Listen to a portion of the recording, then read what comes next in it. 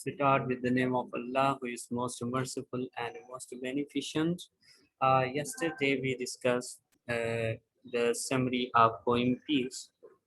Today we will discuss translation series, which is translation from Urdu to English. The passage numbers are 19 and 23. So in this lecture, in this recording, we will discuss passage number 23 and 19. Let me share my screen with you. After that, we will discuss the actual content of these passages.